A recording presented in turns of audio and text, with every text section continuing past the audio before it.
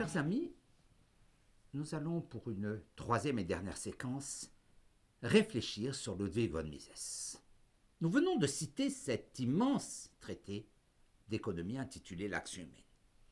Gros de près de 1000 pages, il est finalement de facture assez classique, sinon qu'au fil des éditions successives, il a apparu à beaucoup comme complètement dépassé puisque nous étions en pleine vague keynésienne. Quel serait cet auteur qui n'a pas compris et intégré la percée de la macroéconomie, des techniques quantitatives, de la comptabilité nationale, de l'intervention bienveillante de l'État, de la justice sociale, des instruments de la politique économique conjoncturelle. Mieux ou pire, commence-t-on dans cette deuxième partie du XXe siècle se réclamer de vieilles recettes usées jusqu'à la corde et dont la crise des années 30 aurait démontré amplement l'échec. Mais il en est de Mises comme des musiciens classiques. Ils peuvent connaître une éclipse provisoire, mais si le test de la réalité ratifie leurs propositions, la vérité finit toujours par surgir.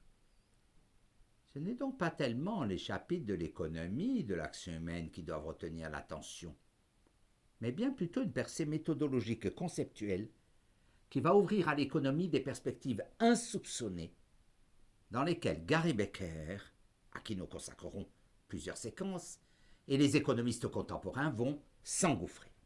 De quoi s'agit-il ? Nous savons que depuis Jean-Baptiste Say, la définition du champ couvert par l'économie semblait stabilisée. L'économie étudie la formation, la distribution et la répartition des richesses. L'économie, c'est donc le domaine marchand.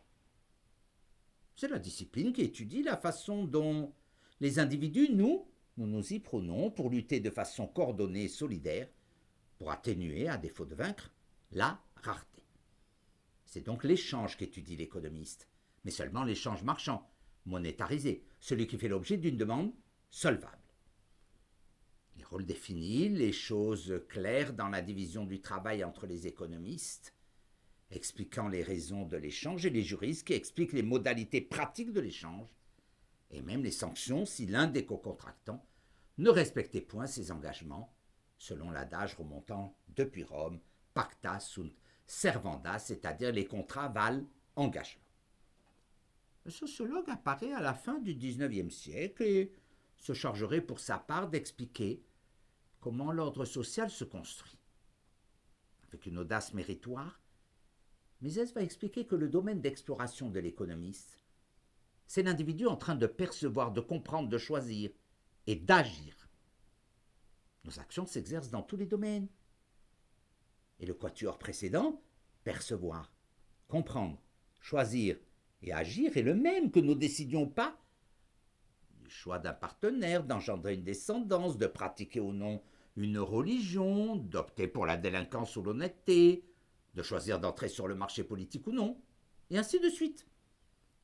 Puisqu'en grec, l'action se dit praxis, Mises va décider d'appeler la discipline qui s'occupe de l'action humaine la praxéologie. Du reste, son imposant traité est titré L'action humaine, et les deux mots traité d'économie n'apparaissent qu'en dessous pour guider le lecteur.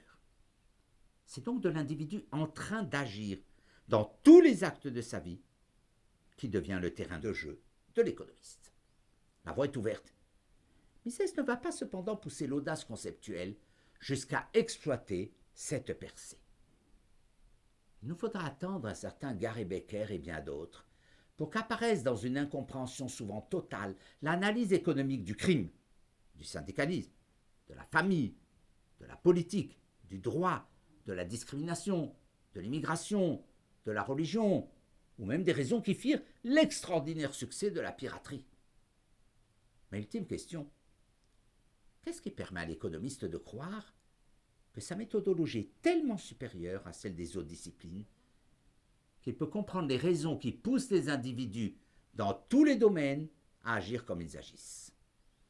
C'est un certain Karl Brunner et William Meckling qui vont formaliser ce que Mises a déjà découvert sous le nom du modèle désormais canonique en sciences économiques, le modèle de l'individu évaluateur, inventif, maximisateur.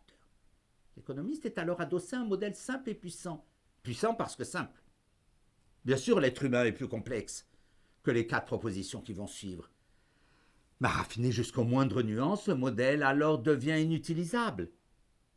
En outre, cette boîte à outils est forte de 4 propositions dont la portée est universelle. La première, c'est que seuls les individus sont capables d'action. Donc expliqué par les groupes, les ensembles, les cohortes, les classes, les catégories, les ensembles sexuels, les classes d'âge, nous aident fort peu. La deuxième proposition, c'est que les individus sont cohérents et transitifs dans leur choix. Ils préfèrent Mozart au rap et le rap à Claude François. Alors ils préfèrent Mozart à Claude François. S'ils préfèrent la blanquette de veau au pot-au-feu et le pot-au-feu au bœuf bourguignon, ils préfèrent la blanquette au bourguignon. Bien sûr, ceux d'entre vous qui préfèrent le bourguignon sont dans leur droit absolu, puisqu'en économie libre, tous les goûts et les choix sont admissibles et respectables, à une condition, pourvu que nos choix ne soient pas hostiles et attentatoires aux droits les plus élémentaires des êtres humains. Le crime n'est pas une option préférentielle, c'est un délit. Le viol n'est pas un choix admissible, mais un crime, puisqu'il porte atteinte au droit de propriété sur le corps de l'autre. La troisième proposition, c'est que les individus se font une idée de demain et prennent les moyens de leur fin. Celui ou celle parmi vous qui me regarde et qui veut devenir médecin ne va pas faire des études de droit. Et pour partir au ski, on ne va pas sur Internet, prioritairement sur les sites qui vantent les beautés des îles du Pacifique. Enfin, quatrième proposition, les individus préfèrent évidemment, dans tous leurs choix, et en fonction de leur information, du moment, la solution qui espère-t-il va leur apporter plus d'utilité que moins d'utilité. C'est l'idée qu'à tout instant nous tentons de maximiser. Évidemment, nous nous trompons d'abondance. Il suffit de voir les mines de certains spectateurs à la sortie d'un film ou d'un restaurant. Comprenons que s'ils ont choisi ce spectacle ou cet endroit, et qu'ils vont y dépenser une fraction de leurs revenus, c'est qu'ils espèrent des satisfactions. Mais ils se sont trompés, nous nous trompons. Cela vaut pour tous les échanges, sinon aucun mariage, par exemple, ne se terminerait par un divorce. Évidemment, dans ce dernier exemple qui peut heurter certains d'entre vous, n'oublions pas que pour beaucoup, même s'ils aiment plus quelqu'un d'autre, c'est le caractère sacré et religieux à leurs yeux de leur engagement, ou le bonheur des enfants, leur semble une occurrence encore supérieure à leur propre plaisir. Ils vont choisir justement de ne point rompre le contrat de mariage. Un dernier mot à propos de ce modèle, et donc de Ludwig von Mises.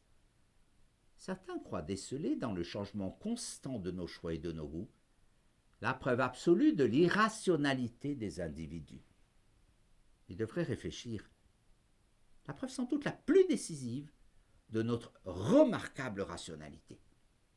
Et justement que nous savons tirer parti et profit de nos expériences et même de nos échecs.